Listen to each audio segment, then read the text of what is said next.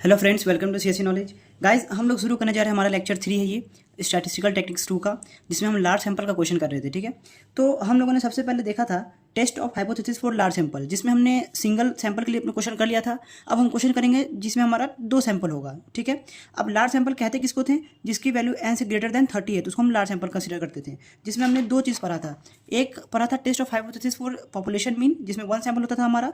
एक है test of hypothesis about difference between 2 population mean. It means यहाँ पे 2 सैंपल होगा। तो ये हम अब दूसरे पार्ट, एक पार्ट का क्वेश्चन कवर कर चुके हैं 2 लेक्चर में। अब हम दूसरे पार्ट का क्वेश्चन देखते हैं, और इसमें हम लगाते क्या है, जेड टेस्ट लगाते हैं जब हमारा सैंपल क्या हो, लार्जर हो, यानी कि n ग्रेटर देन 30 हो। तो चलिए अब हम क्या करते हैं, जेड टेस्ट में जो 2 सैंपल हो तो उसके लिए हमें फॉर्मूला देख लेते हैं। अभी मैं क्वेश्चन नहीं बता रहा हूँ, आपको बस फॉर्मूला याद करना है। इसके लिए जब सिंगल पॉपुलेशन सिंगल पॉपुलेशन था, एक सैंपल था, तब हमारा जेड टेस्ट में फॉर्मूला क्या लगता था। मैं आपको फॉर्मूला इसलिए बार बार लिख रहा हूँ ताकि आपको याद हो जाए। क्या होता है, x bar minus mu divided by sigma upon root n. ये लार्ज सैंपल कब है? जब 1 पॉपुलेशन हो, यानी कि 1 सैंपल हो। तब 1 पॉपुलेशन से डेटा लिया गया हो, एक सैंपल उठाया गया हो, तो वो आपका सिंगल पॉपुलेशन वाला क्वेश्चन होता है अबाउट पॉपुलेशन मीन। ठीक है, तो ये हो गया जेड टेस्ट का पहला फॉर्मूला। अब है कि जब 2 सैंपल हो, मतलब अलग अलग पॉपुलेशन से अगर हम 2 सैंपल उठाते हैं, या फिर एक ही पॉपुलेशन से 2 सैंपल उठा रहे हैं, मतलब नंबर ऑफ सैंपल 2 हो, तो आपका जेड का कौन सा फॉर्मूला आएगा? ये फॉर्मूला आपको याद कर लेना है। x1 बार, यहाँ पे 2 सैंपल रहेंगे, x1 bar minus x2 bar divided by sigma root under वही सेम चीज़, sigma 1 upon n1, sigma 1 square plus sigma 2 square upon n2, पूरा होल पे रूट है, sigma 1 square by n1 plus sigma 2 square by n2, मतलब 1 1 2 2 1 minus 2। ये याद रखना है। इसे फॉर्मूला याद करने का ट्रिक है कि ऊपर मीन से बस जो सेम चीज़ यहाँ पे पॉपुलेशन का मीन था, यहाँ दोनों सैंपल का मीन है, x1 बार माइनस x2 बार, क्योंकि 2 अगर सैंपल है तो 2 मीन होगा, और 2 मीन है 2 स्टैंडर्ड डेविएशन होगा, क्योंकि 2 पॉपुलेशन है तो दोनों का अलग अलग स्टैंडर्ड डिवीजन होगा। और n1 n2 क्या था आपका? सैंपल का साइज था। आपको अच्छे से ये सब याद होगा। ये हो गया हमारा थोड़ा रिकॉल, ये हो गया 2 सैंपल के लिए फॉर्मूला। फ्रेंड्स, एक बात और बताना है कि कहीं कहीं हमें पॉपुलेशन का, मतलब 2 पॉपुलेशन जो होता है ना 2 सैंपल के लिए, तो हमें 2 पॉपुलेशन का भी कभी कभी मीन दे देता है। अगर मैं एक हाथ क्वेश्चन ऐसा आपके सामने आएगा जिसमें पॉपुलेशन का भी मीन दे देता है, मतलब पॉपुलेशन का मीन किससे डिनोट करते हैं? म्यू 1 और म्यू 2 से। तो जब आपका 2 सैंपल में जब आपका पॉपुलेशन का भी मीन दे दे, तो उसके लिए भी फॉर्मूला एकदम सिंपल है, इसमें कोई चेंजिंग नहीं। इसी फॉर्मूला में क्या करते हैं ना, न्यूमरेटर में कोई चेंजिंग नहीं रहेगा, बस डिनोमिनेटर में चेंजिंग नहीं रहेगा, न्यूमरेटर में सिर्फ माइनस कर देते हैं दोनों का, जो आपका मीन होता है पॉपुलेशन का, म्यू 1 माइनस म्यू 2 कर देते हैं। कब कब करते हैं म्यू 1 माइनस म्यू 2? जब पॉपुलेशन का भी आपको मीन दे दिया जाए, ताकि जब पॉपुलेशन का मीन दिया रहे तो आप ये वाला लगाएंगे, और बाकी सारा चीज़ सेम रहेगा एज इट इज जो ऐसे है, root under sigma 1 square upon n1 plus sigma 2 square upon n2। Clear है फ्रेंड्स? ये आपका हो गया जब आपका पॉपुलेशन का भी मीन दिया हो तब, और ये जब पॉपुलेशन का मीन नहीं दिया हो। जनरली क्वेश्चन ऐसा ही आएगा जिसमें पॉपुलेशन का मीन नहीं दिया रहेगा। ठीक है, चलिए तो एक क्वेश्चन सॉल्व करेंगे तो 100% क्लियर हो जाएगा। ठीक है, मैं क्या करता हूँ फ्रेंड्स कि आपको पहले क्वेश्चन समझाता हूँ, उसके बाद लाइन लाइन पढ़ूंगा। ठीक है, तो आप मेरी बात एकदम ध्यान से सुनिए कि मैं क्या कर रहा हूँ। इस क्वेश्चन में ये है कि यहाँ हमने 2 सैंपल लिया है। ठीक है, जिसमें एक सैंपल में जो सैंपल का साइज है वो 100 लोगों का है, और दूसरे में 150 लोगों का है। ठीक है, एकदम ध्यान से सुनिएगा। 2 सैंपल, एक का साइज कितना? 100, दूसरे का साइज कितना? 150, और स्टैंडर्ड जो डेविएशन है, जो जिसका साइज हमने सैंपल का साइज जिसका 100 है वो 10 है, और जिसका साइज 125 है, सॉरी 150 है, यानी 150 है, उसकी कितना स्टैंडर्ड डेविएशन है? उसका स्टैंडर्ड डेविएशन है 12। ठीक है, यहाँ तक समझ में आया आपको?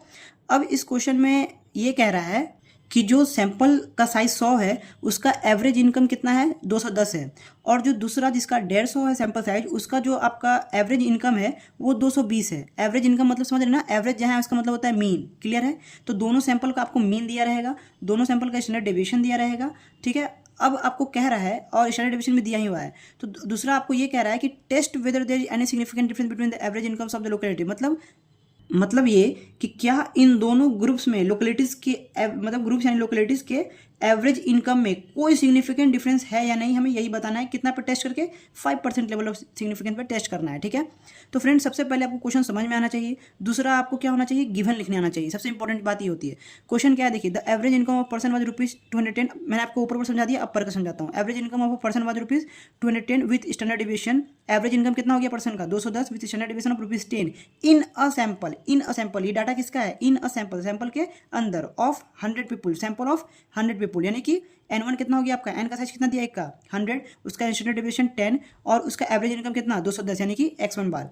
अब क्या कहता है, देखिए, people of a city for another sample, एक और सैंपल है ना, तो अब बोलेंगे हमें पता कैसे चलेगा कि 2 सैंपल का है, तो यहाँ क्लियर लिखा रहेगा, एक सैंपल का डेटा आपको दिया है, अब यहाँ क्लियरली लिख दिया फॉर अनदर सैंपल, यानी कि 2 सैंपल है। जैसे आपको पता चलेगा जब दूसरा सैंपल है तो ये किसका केस हो जाएगा, टू सैंपल वाला हो जाएगा जेड का, क्योंकि एन ग्रेटर देन कितना है 30 है।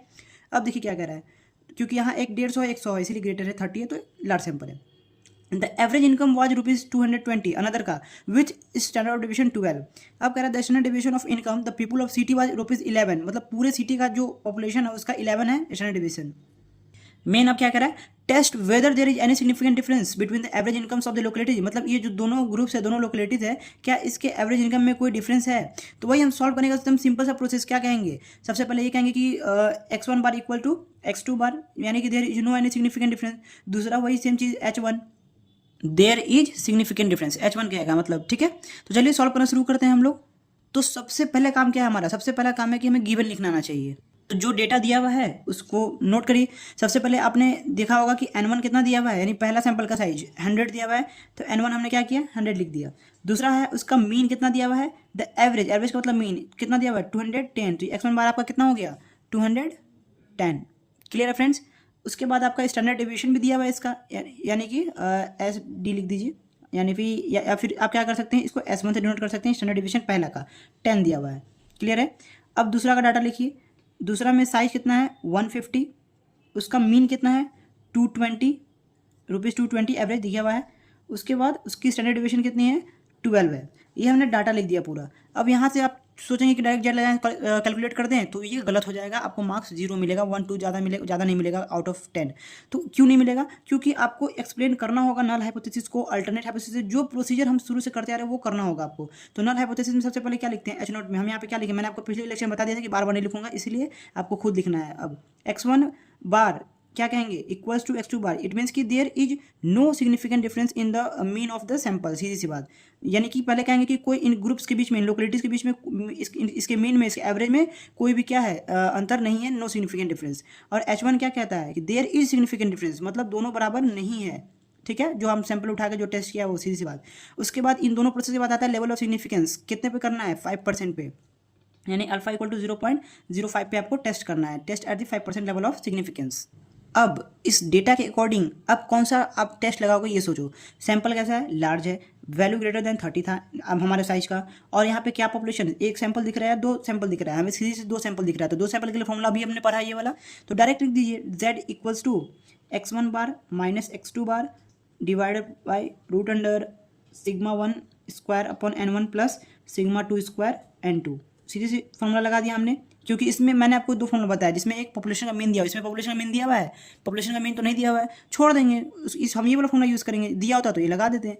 तो अब x1 बार आपका जो डाटा दिया हुआ है पुट करिए 210 माइनस x2 कितना दिया हुआ है 220 डिवाइडेड बाय जो वैल्यू आपने निकाला है वो निकाल कर रख दीजिए। सिग्मा 1 मैंने बताया था कि लार्ज पॉपुलेशन के लिए sigma is similar to s, बताया था ना, तो s1 कितना हो गया आपका 10 का स्क्वायर सिग्मा 1 स्क्वायर होता है, और n1 कितना दिया हुआ है 100, ये तो दिख रहा 1 हो जाएगा, प्लस सिग्मा 2 का स्क्वायर, सिग्मा 2 कहाँ है ये देखिए स्टैंडर्ड डिवीजन 2 मैं बताया था सिमिलर होता है, तो ये हो गया आपका 12 का स्क्वायर अपॉन n2 कितना है 150, तो 150 का स्क्वायर, सॉरी 150 स्क्वायर नहीं होता है, यहाँ पे n1 n2 हो गया। तो फ्रेंड्स आप इसको क्या करेंगे, हाथ से सॉल्व करेंगे, बिल्कुल नहीं, आपको एग्जाम में कैलकुलेटर अलाउ होता है, तो आप इसको कैलकुलेटर पे सॉल्व करेंगे।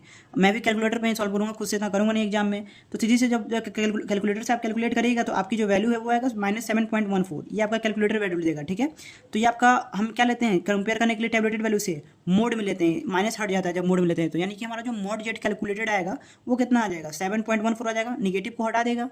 तो जब जेड कैलकुलेटेड आ गया तो जेड टेबुलेटेड से कंपेयर कर दीजिए, 5% लेवल ऑफ सिग्निफिकेंस आपको वैल्यू दिया हुआ है, मैंने बोला था ना आपको वैल्यू दिया रहेगा, या फिर याद कर रखना है आपको। If the tabulated value is 1.96, यानी कि यहाँ पे आपका जो जेड टेबुलेटेड है वो कितना है 1.96। अब हमें करना क्या है, कंक्लूजन लिखना है। कंक्लूजन में क्या बताना है कि जो हमारा मोड ऑफ जेड है कैलकुलेटेड वो क्या है ग्रेटर है ना, दिख रहा है 7.14 है, ये 1.96 है, कितना बड़ा है हमारा कैलकुलेटेड वैल्यू, ये बड़ा है किससे जेड टेबुलेटेड से, हेंस क्या हो गया नल हाइपोथेसिस क्या हो जाएगा इसमें रिजेक्ट हो जाएगा। एक्सेप्ट कब होता है जब या तो टेबुलेटेड वैल्यू बड़ा होता है या फिर बराबर होता है जेड कैलकुलेटर के, तो नल हाइपोथेसिस इज यानी कि H0 is rejected, null hypothesis is rejected.